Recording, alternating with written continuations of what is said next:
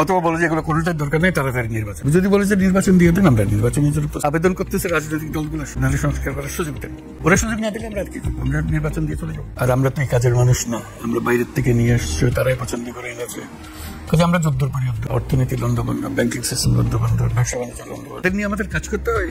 এই উপদেষ্টা মন্ডলে তারপরে আজকে আমাদের ছেলে, আমি কি করে চলবো? এই বেতনে আমার ছেলের বেতন দিতে পারতেছিল। আমরা যত তাড়াতাড়ি পারেন এই নির্বাচন দিয়ে দেন, আমরা যাই। আর আমাদের তো সাজানোর তো দরকার নেই, আমরা তো নির্বাচনে কন্টেস্ট করতে চাচ্ছি না যে সুন্দর দেখাতে হবে।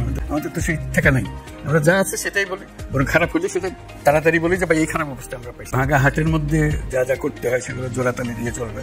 আমরা তার নতুন পুলিশ আনতে পারবো না, এই পুরানো পুলিশকে জোড়াতালি দিয়ে চালাতে হবে, নতুন ব্যুরোক্রেসিকে দিয়ে জোড়াতালি দিয়ে চালাতে হবে। অনেক কম হলেও ও 4 বছর বলছে পার্লামেন্টের বিষয় নিয়ে, এখন এটা ভুলে গেছে নির্বাচন নিয়ে। অবশ্যই নির্বাচন নিয়ে আলোচনা হচ্ছে না, নির্বাচনটা দিয়ে দেন, কাজে হয়ে যাবে। আমরা নির্বাচন দিয়ে দেবো, সেজন্য বলছি আমি তো বলতে পারছি না, বৈধ তেল পাচ্ছে।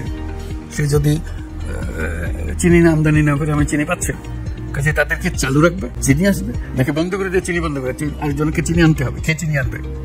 এইগুলো দোটানার বিষয়। আমরা স্বয়ং সম্পূর্ণ হয়ে গেছিলাম, এখন স্বয়ং সম্পূর্ণ আর নাই। এই ছয়টা বন্যার কথা বললাম, একবার ঠিক মৌসুমের ধান কাটার আগে নষ্ট হয়ে গেল।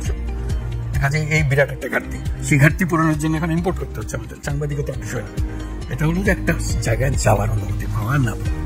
আমি টেলিফোনে সব কাজ এখান থেকে বসে করে বসে শুধু ঢুকতে পারতেছে না, ঢোকার অধিকারটা নেওয়া হয়েছে এবং সেটা আইনে বলা আছে, এই কার্ড যে কোনো সময় বাতিল করা যাবে ইত্যাদি।